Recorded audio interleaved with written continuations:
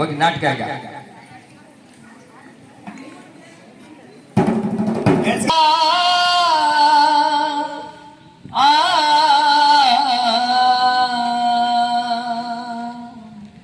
ಬಂದೆ ಜೋಗಿ ಬಾ ಜೋಗಿ ಬಾ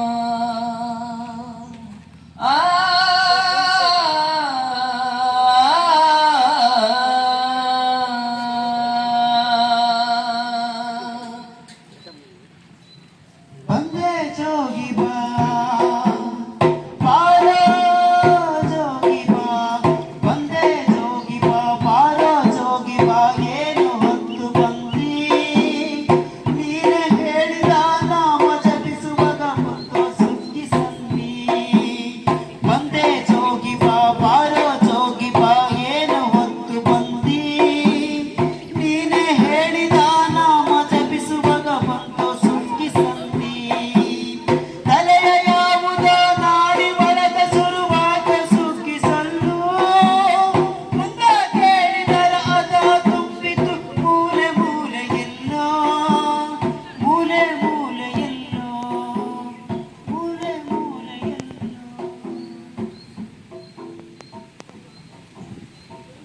ಹೇಗಿದ್ದೀರಪ್ಪ?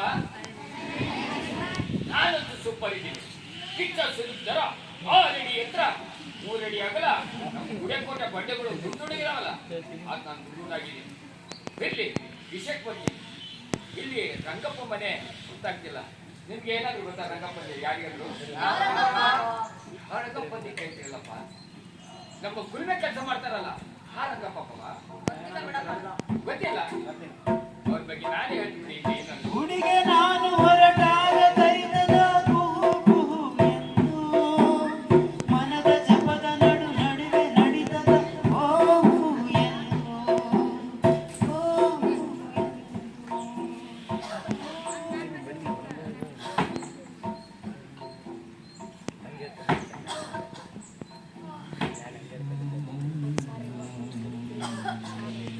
ಆ ಸುತ್ತಿಗೆನ ಸ್ವಲ್ಪ ಪಕ್ಕಕ್ಕೆ ಟೂಯಿಲ್ ಬನ್ನಿ. ಬೆಳಗ್ಗೆಯಿಂದ ಕೆಂಡದ ಮುಂದೆ ಬೆವರು ಸುರಿಸ್ತಾನೆ ಇದ್ದೀರಾ.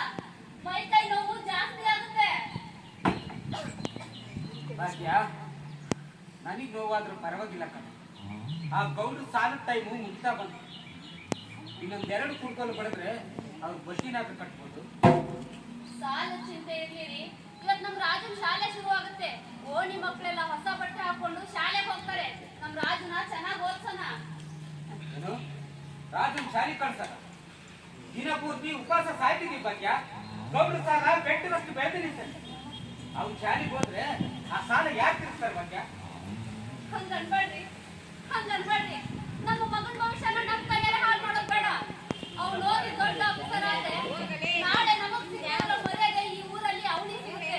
ನಿಮ್ಗೆ ಕೈ ಮುಗಿತಾನೆ, ಅವ್ನು ಓದ್ಸೋಣ. ಹಠ ಮಾಡಬೇಡ ಭಾಗ್ಯ. ಈ ಒಲೆಯಲ್ಲಿ ಕಾದ ಕಬ್ಬಿಣದ ಬಿಸಿ ಎಷ್ಟಿರ್ತಂತ ನನಗೆ ಗೊತ್ತು. ಹಂಗೆ ನಮ್ಮ ಮಗನ ಈ ಕಷ್ಟ ಕೊಡಬಾರ್ದು ಅಂತ ಗೊತ್ತು. ಆದ್ರೆ ಪರಿಸ್ಥಿತಿ ಹಂಗಿಲ್ಲ ಭಾಗ್ಯ. ಗೌಡು ಹೇಳಿದ್ದಾರೆ, ನಮ್ಮ ಮಗನ ಆ ಮನೆಯಲ್ಲಿ ಚೀಟಿಕ್ಕಿಟ್ರೆ ಸಾಲ ಕಮ್ಮಿ ಮಾಡ್ತಾರೆ. ಏನು? ನಮ್ಮಂತ ಬಡವ್ರ ಮಕ್ಕಳಿಗೆ ಎಲ್ಲೇ ತುತ್ತ ಭಾಗ್ಯ, ಎಲ್ಲೇ ತುತ್ತ ಹೇಳು. ಏನು? ನಮ್ಮ ರಾಜನ ಜೀತಿಟ್ಟಿಡೋದ? ಬೇಡ ರೀ, ಬೇಡ. ನಮ್ ರಾಜು ಕೈಲಿ ಸಗಣಿ ಪುಟ್ಟಿ ಹಚ್ಚೋದ್ಬೇಡ. ಅವ್ನು ಓದ್ಸೋಣ. ನಿಮ್ ಕೈ ಅಳಬೇಡ ಭಾಗ್ಯ, ಅಳಬೇಡ. ನೀನ್ ಅಳದು ನಾನು ಅದರಿಂದ ನೋಡಕ್ಕಾಗಲ್ಲ. ನನ್ನ ಮನಸ್ಸು ಎತ್ತ ಮಗನ ಸಂಬಳ ಬಿಡಕ್ಕೆ ಯಾವ ತಂದೆ ಮನಸ್ಸಾದ್ರೂ ಹೋಗ್ತದೆ ಹೇಳು? ಸಾಲದ ಭಯ ಅದಕ್ಕೆ ಹಂಗೆ ಹೇಳಿ. ಹಾಗಾದ್ರೆ ನಮ್ ರಾಜು ಶಾಲೆಗೆ ಹೋಗ್ತಾನ? ಹೌದು ಭಾಗ್ಯ, ಖಂಡಿತ ಹೋಗ್ತಾನೆ. ಇವತ್ತಿನಿಂದಾನೆ ಹೋಗ್ತಾನೆ. ಆ ಗೌಡ್ರ ಸಾಲನ ಹಗಲು ರಾತ್ರಿ ಕಷ್ಟಪಟ್ಟು ನಾನು ದುಡಿಸ್ತೀನಿ. ನಮ್ಮ ಮಗನ ಓದಿಸಿ ದೊಡ್ಡ ಆಫೀಸರ್ ಮಾಡೋಣ. ದೊಡ್ಡ ಗಂಜಿ ಕುಡ್ದಾದ್ರು ನಮ್ಮ ಮಗನ್ನ ಓದಿಸಿ ದೊಡ್ಡ ಆಫೀಸರ್ ಮಾಡೋಣ. ಅದನ ದಾಟಿಯ ಮಸಣ ಬಾಟಿ ಎಡಕ್ಕಾಗಿ ಅದರ ಆಚಿ ಕಾಮ ತನ್ನ ಹಚ್ಚಂಗಿ ಹಾಸಿದ ಎಲ್ಲಿ ನೀರ ಪಾಚಿ. ಅದನ ದಾಟಿಯ ಮಸಣ ಬಾಟಿ ಎಡಕ್ಕಾಗಿ ಅದರ ಆಚಿ ಕಾಮ ತನ್ನ ಹಚ್ಚಂಗಿ ಹಾಸಿದ ಎಲ್ಲಿ ನೀರ ಪಾಚಿ. ಹಚ್ಚಿ ಬಂದವನು ಮೆಚ್ಚ ಮಾಡುತ್ತವ ಕಂಡ ಕಣ್ಣುಗಳಿಗೆ ಪಾಚಿ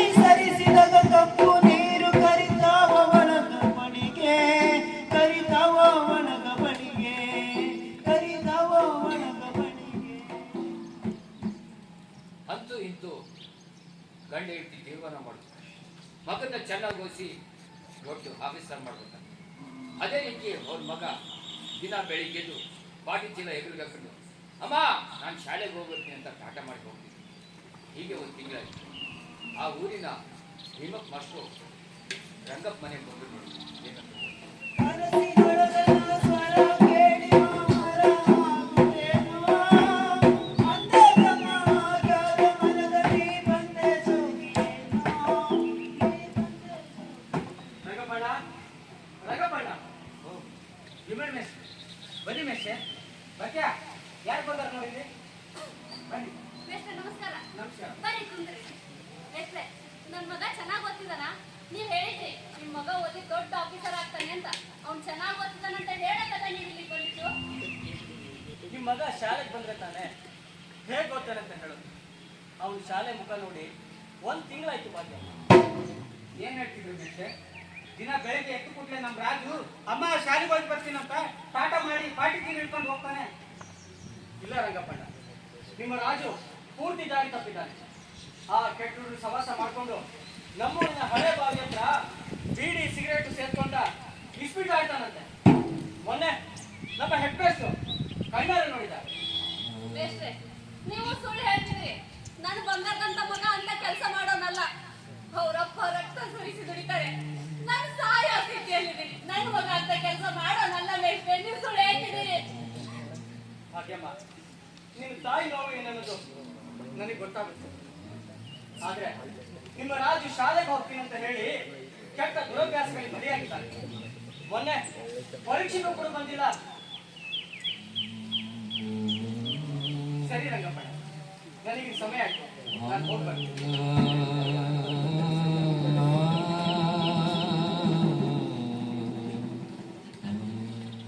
ನೋಡಿದ ಭಾಗ್ಯ ನಿನ್ನ ಕನಸನ್ನ ನನಸು ಮಾಡ್ಬೇಕಂತ ಹಗಲು ರಾತ್ರಿ ದುಡಿದು ಕಷ್ಟಪಟ್ಟ ಅವ್ನು ಶಾಲೆ ಫೀಸ್ ಕಟ್ಟಿದ್ರು. ನಿನ್ನ ಔಷಧಿಗಂತ ಇಟ್ಕೊಂಡಿರೋ ದುಡ್ಡನ್ನೆಲ್ಲ ಅವ್ನು ಶಾಲೆ ಫೀಸ್ ಕೊಟ್ರೆ ಅವ್ನು ನಮ್ಗೆ ಎಂತ ಮೋಸ ಮಾಡಿಬಿಟ್ಟ. ನೋಡಿದೆ ಬಗ್ಗೆ ಎಂತ ಮೋಸ ಮಾಡಿಬಿಟ್ಟ. ಹೂವಿನ ಬಾಣದಂತೆ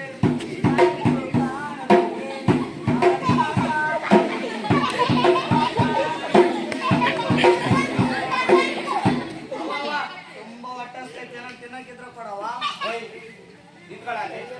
ಯಾಕಪ್ಪ ಏನಾಯ್ತು? ಇವತ್ತು ನಿನ್ನ ಬಣ್ಣ ಬಯಲು ಹಚ್ಕೊಂಡು ಹೋಗಿ ಇಸ್ಪೆಟ್ ರಾಜ ಶಾಲೆಯಲ್ಲಿ ಇವತ್ತು ಯಾವ ಪಕ್ಷ ಬರ್ದಪ್ಪ? ಇಸ್ಪೆಟ್ ಆಡದ ಇಲ್ಲ ಸಿಗರೇಟ್ ಸೇದದ? ಯಾರು ಹೇಳಿದ್ರಪ್ಪ? ನಾನು ನೋಡಿ ಶಾಲೆ ಹೋಗಿ ಹೋಗಿನ ಬಂದಿನಿ. ಬೇಕಾದ್ರೆ ನಾನು ರಿಲೇಟ್ ಮಾಡು.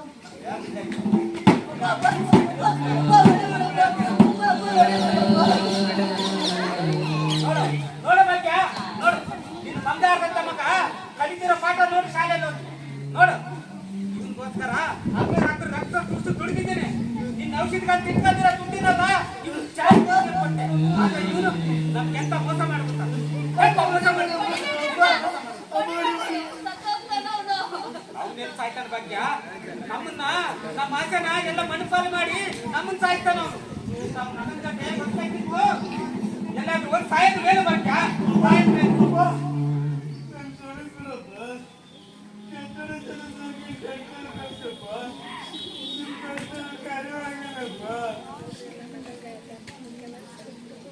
ಅವ್ರನ್ನ ಹಾನಿ ಮಾಡ್ಬೇಕಪ್ಪ. ನನ್ನ ಶಾಲೆ ಹೋಗಿ ಚೆನ್ನಾಗಿ ಓದಿ ಬುದ್ಧಿವಂತ ಆಗ್ತಪ್ಪ. ಯಾವ್ದು ಕೆಟ್ಟ ಕೆಲಸ ಮಾಡಲ್ಲಪ್ಪ. ಇದೆಲ್ಲ ಕೆಲಸ ಮಾಡ್ಕೊಳಪ್ಪ. ಶಾಲೆ ಹೋಗಿ ಬುದ್ಧಿವಂತ ಆಗ್ತಪ್ಪ. ಏನೋ ರಂಗಪ್ಪ, ಮಗನ್ನ ಶಾಲೆ ಕಳಿಸಿ ದೊಡ್ಡ ಆಫೀಸರ್ ಮಾಡ್ತೀನಿ ಅಂತಿದ್ದೆ. ಈಗ ನೋಡಿದ್ರೆ ನಿನ್ ಮಗ ಶಾಲೆಯಲ್ಲಿ ಅಲ್ಲ ಈಸ್ಪೇಟ್ನಲ್ಲಿ ತುಂಬಾ ಚೆನ್ನಾಗಿ ಪಾಠ ಕಲಿತಾ ಇದ್ದಾನೆ ಅನ್ಸುತ್ತೆ. ಅದು ನೋಡ್ರಿ ನನ್ನ ಮಗ ಕೆಟ್ಟ ದಾರಿ ಹಿಡಿದ್ಬಿಟ್ಟ. ಏನ್ ಮಾಡೋಣ? ನಿನ್ ಮಗನ್ನ ಶಾಲೆಗಾದ್ರೂ ಕಳ್ಸು, ದನ ಕಾಯಕ್ಕಾದ್ರೂ ಕಳ್ಸು, ನನಗೇನ್ ಬೇಕು? ನನ್ನ 50,000 ಕೊಡ್ರಿ, ಇವತ್ತೇ ಕೊನೆ ದಿನ. ಗೌಡ್ರೆ 50,000 ಅಷ್ಟೊತ್ತಾಗ ನಮ್ಮ ಹತ್ರ ಎಲ್ಲಿ ಬರ್ಬೇಕ್ರಿ? ಔಷಧಿ ತಗೊಳಕ್ಕೆ ನಮ್ಮ ಹತ್ರ ದುಡ್ಡಿಲ್ಲ. ಸ್ವಲ್ಪ ಟೈಮ್ ಆದ್ರೂ ಕೊಡಿ ಗೌಡ್ರೆ. ಟೈಮ್ ಕೊಡ್ಬೇಕಂತ ಟೈಮ್ ಕೊಡಕ್ಕಿಂತ ಧರ್ಮಛತ್ರ ಅನ್ಕೊಂಡಿದ್ದೀರಾ? ಇವತ್ತು ಕೊಡ್ತೀನಿ ನಾಳೆ ಕೊಡ್ತೀನಿ ಅಂತ ಹೇಳೋಕೆ? ಹಾ, ನಿನ್ನ ಮಗ ನನ್ನ ಮನೆಯಲ್ಲಿ ಚೀಟಿಕ್ಕಿರ್ಲಿ, ತಿಂಗಳಿಗೆ ಇಷ್ಟು ಸಂಬಳ ಅಂತ ಕಡಿಮೆ ಮಾಡ್ತೀನಿ.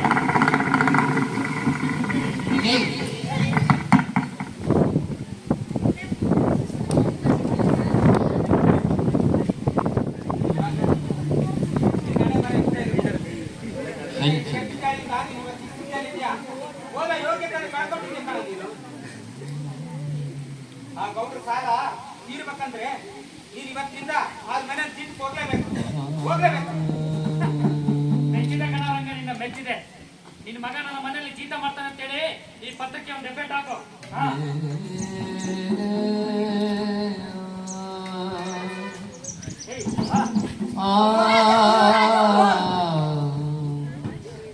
ಆರಮಲೆಯನ್ನು ಕುಡಿಯಲಮ್ಮ, ಆಗ ಸೇರಿ ಬದುಕಲಮ್ಮ, ಆರ ಬಳಿಯಲಿ ಮಲಗಲಮ್ಮ, ಆರು ನನಗೆ ತವರು.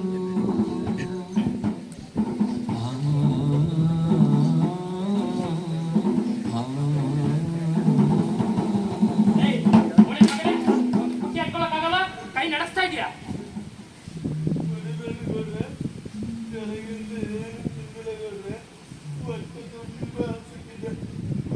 ನೀರು ಕುಡಿದಿಲ್ಲ ಗೌಡ್ರೆ.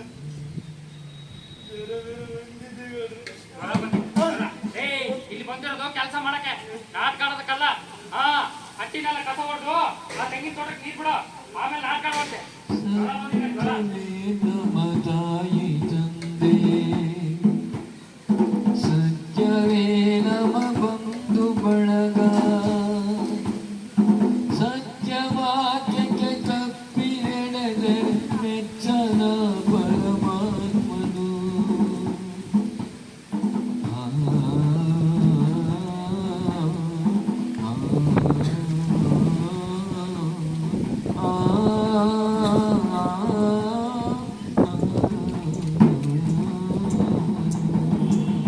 ರಂಗಪ್ಪ, ಏ ರಂಗಪ್ಪ,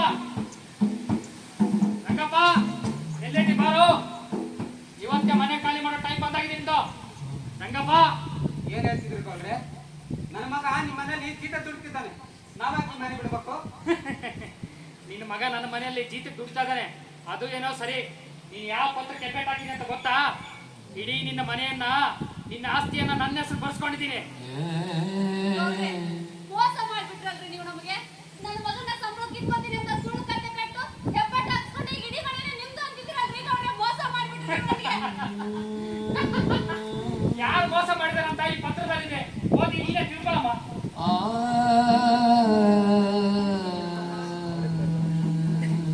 ಏ ರಾಜು, ಬಾರ ಇಲ್ಲಿ. ಏನ್ ನೋಡಾಯ್ತು? ಅವ್ರು ಹೇಳ್ತಿರೋದು ನಿಜ ಏನು?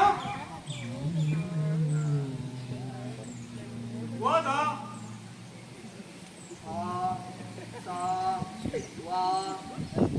ಅಪ್ಪ, ನಾನು ಶಾಲೆಗೆ ಹೋದ್ರೆ ಕೆಟ್ಟ ಬೆಸ್ತಿದ್ದಪ್ಪ. ಇದ್ರಾಗ ಏನಾಯ್ತಂತ ಒಂದು ಅರ್ಥ ಆಗ್ತಿಲ್ಲಪ್ಪ. ನನಗೆ ಓದಕ್ ಬರಲ್ಲಪ್ಪ, ನನಗೆ ಓದಕ್ ಬರಲ್ಲ.